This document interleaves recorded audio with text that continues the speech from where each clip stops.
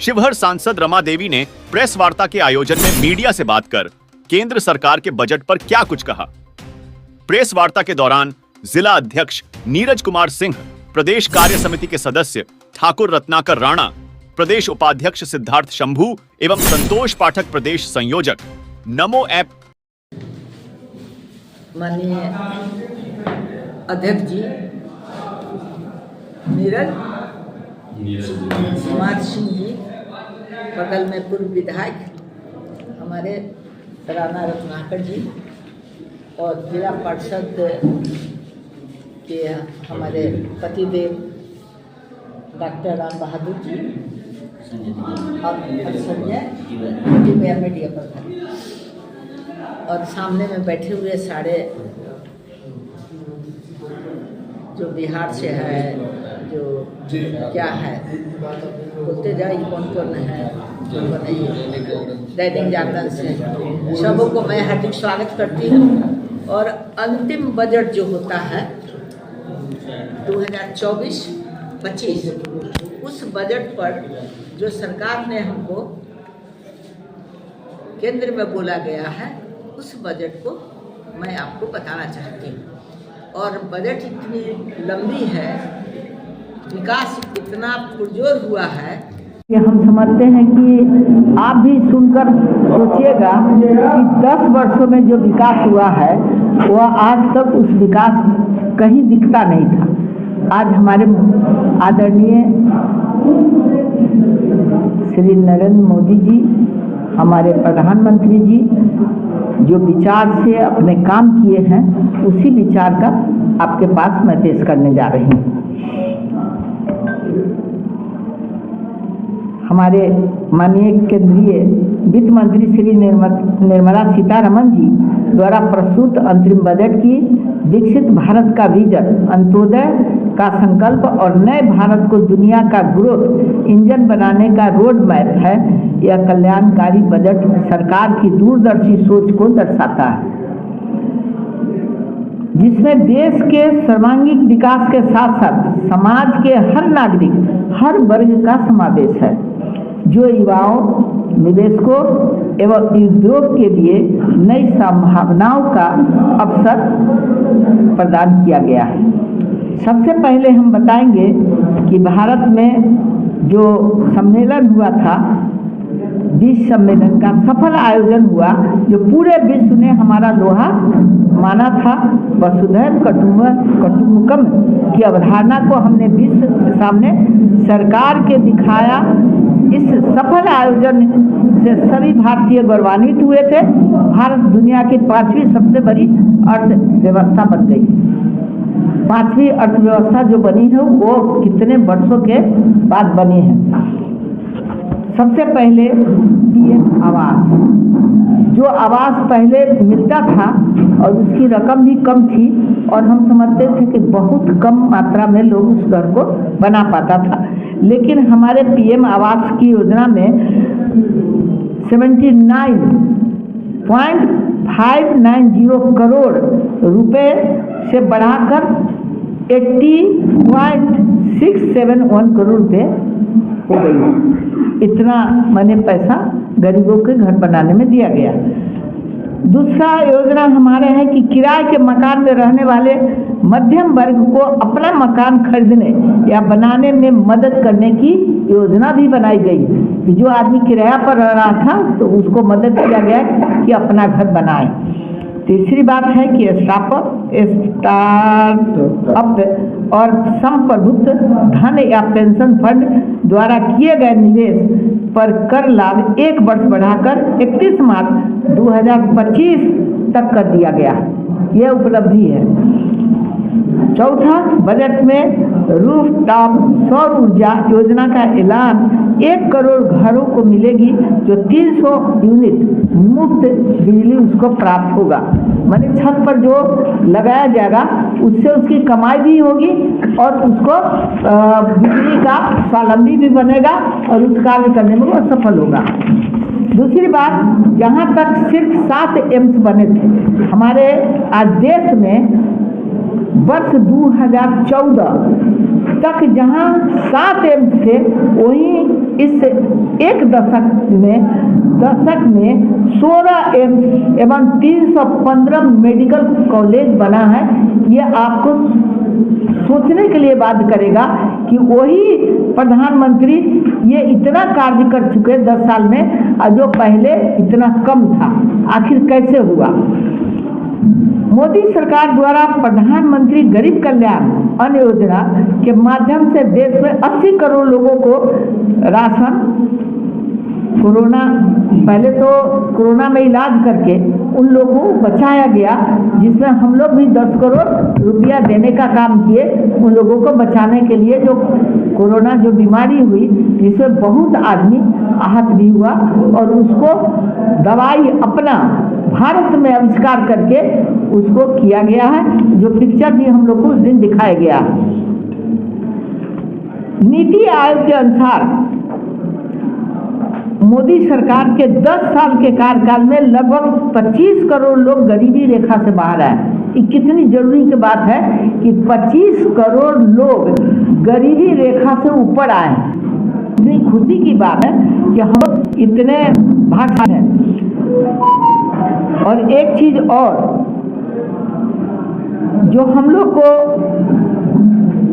जो मुफ्त अनाज दिया जा रहा है, जिसमें हमको 5 वर्षों को बढ़ाने का निर्णय लिया गया, उसमें 11 लाख करोड़ रुपए खर्च होना निश्चित है, जो हम गरीबों के लिए 5 किलो अनाज पर पर्सन हम देने का काम कर रहे हैं। यह आज तक लोग नहीं किया था। आज प्रधानमंत्री जनधन बैंक खातों के माध्यम से डीबीटी के द्वारा 34 लाख करोड़ रुपए कल्याणकारी योजना का 100% लाभ लोगों तक पहुंचाने का काम किए। पीएम स्वनिधि योजना के माध्यम से 78 लाख स्ट्रीट वेंडरों को ऋण सहायता प्रदान की गई है।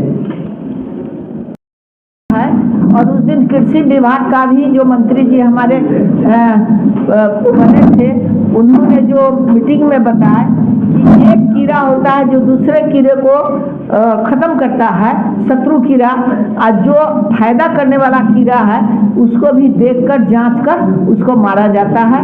वो भी दवा के द्वारा ये बताया गया। आपके पिछले 10 वर्षों में सड़क निर्माण के क्षेत्र में अभूतपूर्व काम हुआ है, जो आज तक आप लोग नहीं सोच सकते थे कि आज देश में ऐसा माने आधारभूत संरचना बना है जिसकी कल्पना हर भारतीय को थी।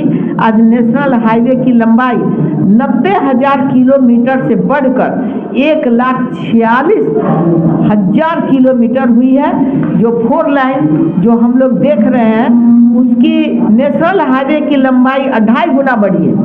और गांव में 4.25 लाख किलोमीटर ग्रामीण सड़क बनाने का हम लोग काम किए।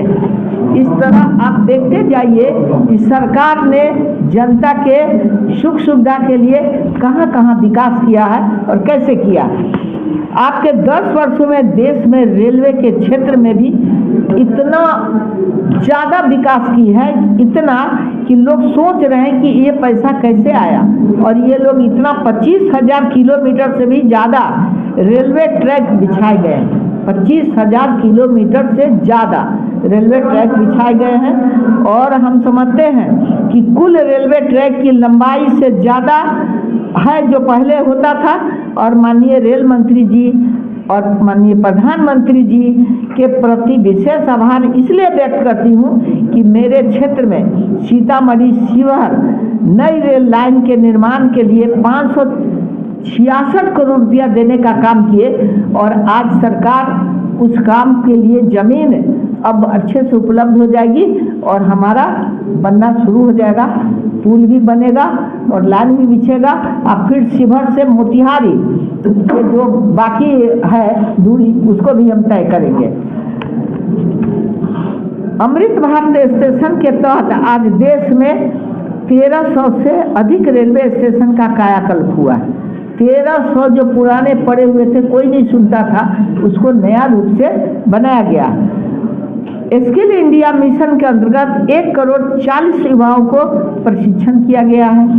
उच्चतर शिक्षा के लिए 7 IIT, 7 IIM, 16 एम्स और 390 विश्वविद्यालय की स्थापना की गई। आप वही कह रहे हैं कि उंगली कम पड़ जाएगी, जितनी विकास हुई है वो आप सोचते रहिए। सरकार द्वारा 2 करोड़ महिलाओं को लखपति दीदी बनाने का अभियान चलाया जा रहा है। वो समझिए कि इतनी सराहनीय है, और हमारी महिला जो स्वयं सहायता समूह वाली है उसको लखपति दीदी बनाना है, और महिलाओं में गर्व हो रहा है। और गर्व इस बात की भी हो रही है कि प्रधानमंत्री उज्ज्वला योजना के अंतर्गत 10 करोड़ महिलाओं को निःशुल्क गैस कनेक्शन दिए हैं, जो हर महिला गैस के चूल्हा पर खाना बना के अपने को बराबर के दर्जा में अपने को सोचती है कि हम भी गैस के चूल्हा पर खाना बना रहे हैं। और तीसरी बात है कि मोदी सरकार में वर्षों से लंबित महिला आरक्षण हेतु नारी शक्ति वंदना बिल पास करवाया है, जो महिलाओं को वर्षों से ये आशा था कि कौन ऐसा सरकार आएगा जो हम लोग को 33% का अधिकार जो है वो देने का काम करेगा। उसको भी प्रधानमंत्री जी ने इस काम को करके पूरा किए। 40,000 सम्मान रेलवे डब्बों को भी वंदे भारत मानकों के अनुरूप परिवर्तित किया गया है। ये भी उपलब्धि हम लोग को मिला है।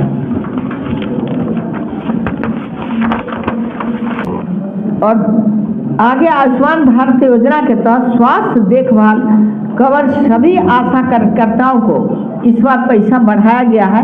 आशा कार्यकर्ताओं को आंगनबाड़ी को भी बढ़ाया गया है, और सहायकों तक बढ़ाया गया है। उसकी जो सहायक है उसको भी इस योजना का लाभ पहुंचाया गया है।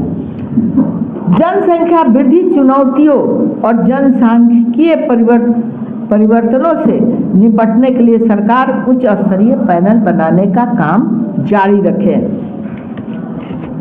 और आपको सरकार सर्वाइकल कैंसर से बचाव के लिए 9 से 14 वर्ष की उम्र की बालिका को टीकाकरण कराई जा रही है, और कराने का पूरा प्लानिंग हो गई है। आपको नए भारत को $5 ट्रिलियन की इकोनॉमिक बनाने का मार्ग प्रशस्त करने इस लोक कल्याणकारी बजट के लिए प्रधानमंत्री जी को हार्दिक आभार एवं वित्त मंत्री जी को भी धन्यवाद देते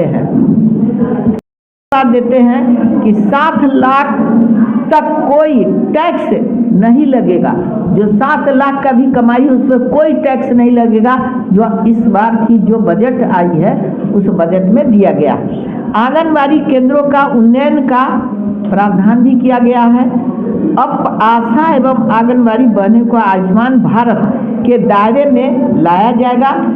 आधारभूत संरचना में 11% की बढ़ोतरी का बजट में प्रावधान किया जाएगा। इस कारण रोजगार के अवसर भी बढ़ेगा, और रोजगार के अवसर इसलिए बढ़ेगा कि आपका विश्वकर्मा योजना एक इतना बड़ी योजना का लाभ पहुंचाने के लिए जो उन्होंने दिमाग से लगाए कि छोटे रोजगार करने वाले विश्वकर्मा योजना में जो पैसा दिया जा रहा है वो समझिए कि कई तरह के मोची से लेके हजाम से लेके आपको ये क्या होता है धोबी से लेकर कुम्हार से लेकर लोहार से लेकर सोनार से लेकर उन लोगों को पैसा मिलेगा बैंक से, और उन लोगों को प्रशिक्षण में जो दिया जा रहा है उसको मुफ्त पैसा भी मिलेगा। इस तरह का काम हो रहा है। आपको ये भी बता दें कि सरकार ने सर्वाइकल कैंसर से बचाव के लिए 9 से 11 वर्ष की उम्र की बालिकाओं का टीकाकरण जो मैं बोल चुकी हूँ। नए भारत को $5 ट्रिलियन की इकोनॉमिक बनाने की मार्ग प्रशस्त करते इस लोक कल्याणकारी बजट के लिए प्रधानमंत्री जी को हार्दिक बधाई दे चुकी हूँ।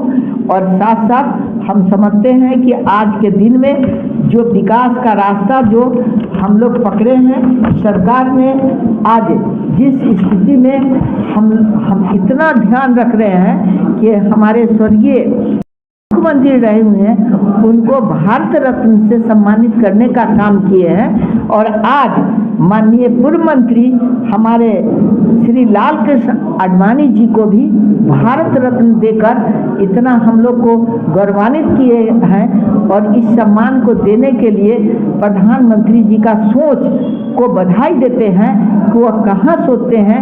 एक तरफ गरीबों की जिंदगी जो जी रहा है उसको, और एक जो कार्य राष्ट्र के लिए किए हैं, जो जितनी संघर्ष करके आज जिस ऊंचाई पर आज ये विकास करके जितना काम करके जनता के बीच प्रस्तुत किए हैं, इस तरह का प्रधानमंत्री को मैं बार बार धन्यवाद देती हूँ।